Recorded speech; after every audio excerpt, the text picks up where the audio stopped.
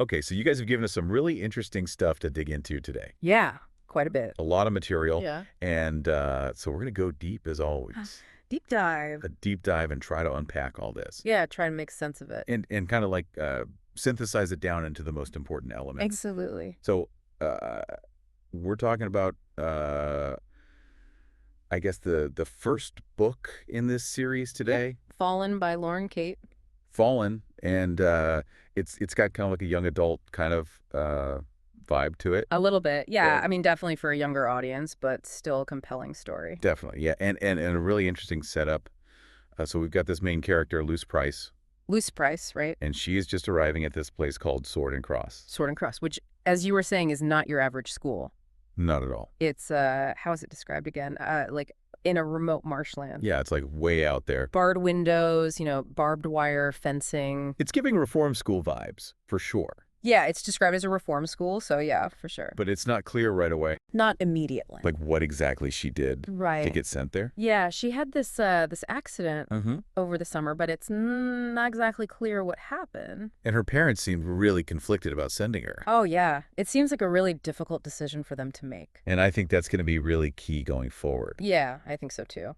It's definitely laying the groundwork for some family drama. Right away. Yeah, and then you get into the school itself, and it's got this whole, mantra. Oh, yeah, tell me about that. It's meds, beds, and reds. Yeah. So mandatory medication, and everyone's got to take their meds. Mm-hmm. Stay in your rooms most of the time. That's the beds part. Right. And then reds refers to these security cameras they have everywhere. Oh, with like a little red light? Yeah, constantly flashing red lights so you know you're being watched. They take away her phone, too. Yeah, she's basically cut off from the outside world. Only one phone call a week. Right, that's brutal, especially for a teenager. So right away, we get this feeling of control and isolation. Right. Definitely. This is not a place where you want to end up. No, not at all. And then, of course, we're introduced to all these other students. Right. The other inmates. Yeah, I mean, they're not really prisoners, but it kind of feels that way. So the Gabby. Gabby. Yeah, she seems like the popular one, Yeah. Perfect blonde hair. Yeah, maybe a little privileged. Yeah. She doesn't really belong there. And then there's Todd. Poor Todd. Yeah, he just seems kind of hapless. Like he's just trying to survive. Yeah, trying to stay out of trouble. And then we have Arian. Oh, Arian, she's interesting. Yeah, she's got this really rebellious streak. Yeah, definitely defiant right from the start Mhm. when they take away all their stuff. Oh, yeah, the prohibited materials. Yeah, what does she have? A Swiss Army knife? Yeah, it's like a Swiss Army knife and spray paint.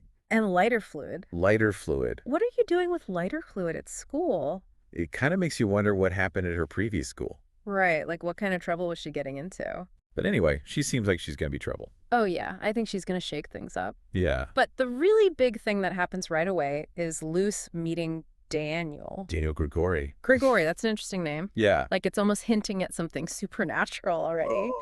But anyway, Luce is immediately drawn to him. She feels like she knows him. Yeah, it's like she's met him before. She has this feeling of deja vu. Mm-hmm, like she's been right here before. Yeah. But she can't place it. It's really intense. Yeah, and Daniel is kind of aloof. He's not really giving her anything. Yeah, he's pushing her away. But you can tell there's something there. Oh, yeah, definitely. This connection is going to be important. Absolutely. It's the heart of the story. So that's the setup, right? Yeah, that's how it all starts. And now we have to see what happens next. Where do we go from here? Well, let's start with Luce. I mean, she's seeing these things. Oh, yeah, the shadows. Yeah. These dark, curtain-like shadows. And she's been seeing them for a while. Yeah, apparently they've been popping up since she was little. And they always seem to show up before something bad happens. Yeah, like a premonition. Like a warning. Mm-hmm. Like a harbinger of something bad. And they're particularly bad in the library. Yeah, it's like they're drawn to that place. Which is weird because that's where she keeps seeing Daniel. Right, what's the connection there? And he seems to be aware of them too. Yeah, he doesn't react the same way Luce does. Right, she's terrified. She's terrified, but he's not. He's just kind of like watching them. Yeah, like he knows something about them. Like he understands them. Mm-hmm. Which is creepy. It is definitely creepy. So Luce is dealing with all that. And she's also trying to figure out... The social scene. Yeah, like where she fits in. Right. Who to trust. So she makes friends with Ariane. Yeah, they have that scene where Ariane cuts Luce's hair. Yeah, with the Swiss Army knife. With the stolen Swiss Army knife. Kind of crazy. It is, but also kind of cool. Yeah, it's like a bonding ritual. Yeah, in this weird, messed up way. But it shows you how different Ariane is. She's definitely not afraid to break the rules. No. And then there's that fight in the cafeteria. With Molly. Yeah, Molly seems like the school bully. She's definitely got it out for Luce. And Ariane just punches her. Yeah, it's so sudden. But it shows you that this place is dangerous. Yeah, there's a lot of aggression. Like, people are on edge. And then there's Penn. Yeah, Penn's kind of like the voice of reason. Yeah, she's trying to help Luce. She tries to sneak her a note. Yeah, but Roland catches her. Roland Sparks. Yeah, he's another weird one. Yeah, he's always playing that harmonica. Saying cryptic things. Like he knows more than he's letting on. Mm-hmm, like he's watching Luce. Which is creepy. It is definitely creepy. And then, of course, there's Cam. Cam, yeah. He's the other love interest. He's so charming. Yeah, he's like the opposite of Daniel. Yeah, he's giving Luce all this attention. He brings her espresso. They have a picnic in the cemetery. He gives her a necklace. It's like he's trying to win her over. Yeah, classic romantic rivalry. But Luce is still drawn to Daniel. Even though he's so confusing. Yeah, he's hot and cold. Yeah, he gives her these looks. And then he says something mean. It's like he wants her, but he doesn't. And then they have that fight in the library. With Cam. Yeah, they're literally fighting over her. It's intense. It shows you how much they both want her. Yeah, and it's more than just a normal teenage crush. There's something deeper going on. Definitely. And then things start getting really weird. Yeah, like with the falling statue. In the cemetery? Yeah, that angel statue just collapses. Out of nowhere. And Daniel saves Luce. He pulls her out of the way. Like, he knew it was gonna happen. Yeah, it's like he has some kind of sixth sense. Or maybe he's just really strong. Baby. But it's a really romantic moment. Yeah. They're like pressed up against each other. It's definitely a turning point. And then there's the fire alarm in the library. Yeah, that was chaotic. Everyone's running around. And the shadows are everywhere. Luce and Todd almost get trapped. It's not clear how they escape. Like something intervened. Yeah, maybe it was Daniel. Maybe. Or maybe it was something else. Something supernatural. Yeah. And then Luce ends up in the hospital. Lowwater Hospital. Yeah, which is weird because it's near her parents' house. Right, like what are the chances? And then Ariane and Gab show up. And Randy. Randy, too. Yeah, it's like they have all this freedom. Which doesn't make sense. Right, they're supposed to be at school. And they say some really cryptic things about Daniel. Like they know something. But they're not telling her. Mm-hmm. And then the police show up. Yeah, they're asking all these questions about Todd. Who apparently died in the fire. Yeah, which is really sad. But it also makes Luce look suspicious. Right, like she was there. And she can't explain what happened. So now she's in real trouble. Yeah, things are getting serious. Definitely. And this is where the supernatural stuff really starts coming out. Yeah, Miss Sophia starts dropping hints. The religion teacher. Yeah, she's got this whole mysterious vibe. She tells Luce that she and Daniel are damned. Yeah, which is pretty intense. Like, what does that even mean? Right, is it a religious thing? Or is it something else? Maybe it's both. And then Penn and Luce go snooping. In the records office. Yeah, they want to find out more about Daniel. But his file is practically empty. Yeah, it's like he doesn't exist. Except it mentions religion. And that he might not be an orphan. Which contradicts what everyone thinks. Yeah, so there's definitely more to him than meets the eye. Mm-hmm. And then Penn finds this book.